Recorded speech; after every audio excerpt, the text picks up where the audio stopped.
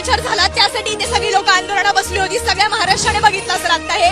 पण ज्या मुलीवरती अत्याचार झाला, जिचा निर्घुणपणे तिचा अंत झाला, त्या मुलीच्या वडिलांना कॉलरला पकडून पोलिसांनी अक्षरशः उठवलं. तिच्या आई असतील, तिच्या घरातल्या जे कोणी महिला असतील, सगळ्यांना लाठीचार्ज करून उठवले. आणि ते पोलीस आम्हाला सांगतात तुम्हाला सिस्टीम माहिती नाहीये.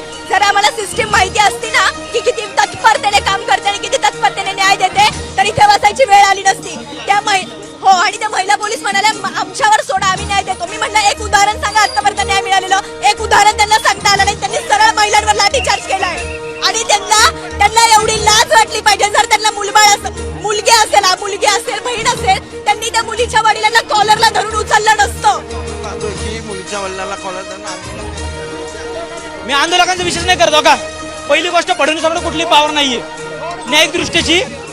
विकासासाठी का असन ते असन, ही पॉवर फक्त राष्ट्रपती आणि जे आपलं संविधान जे सुप्रीम कोर्टाचे 5 खंडपीठ आहे त्यांच्याकडेच आहे. तिसरी गोष्ट झाली, तिच्या वडिलांनी मागणी चुकीची केली. तिच्या वडिलांनी मागणी करताच पहिले राष्ट्रपतींकडे करायला पाहिजे होती. कारण की आपल्या देशाचा पहिला नागरिक राष्ट्रपती आहे, जो एका तडक्षणी फक्त फाशी देऊ शकतो. फडणवीस तिथं 50% जिंकलं. दुसरी गोष्ट झाली, फडणवीसांना वेळ भेटला की तिथं ज्यावेळी आंदोलन उचलवले पोलिसांनी. मग ते साहजिक आहे ना. ज्यावेळी लाठीचार्ज केला. दुसरी गोष्ट काय केली त्यांनी की मागणं मारले लोकांना. आणि किती काय झालं,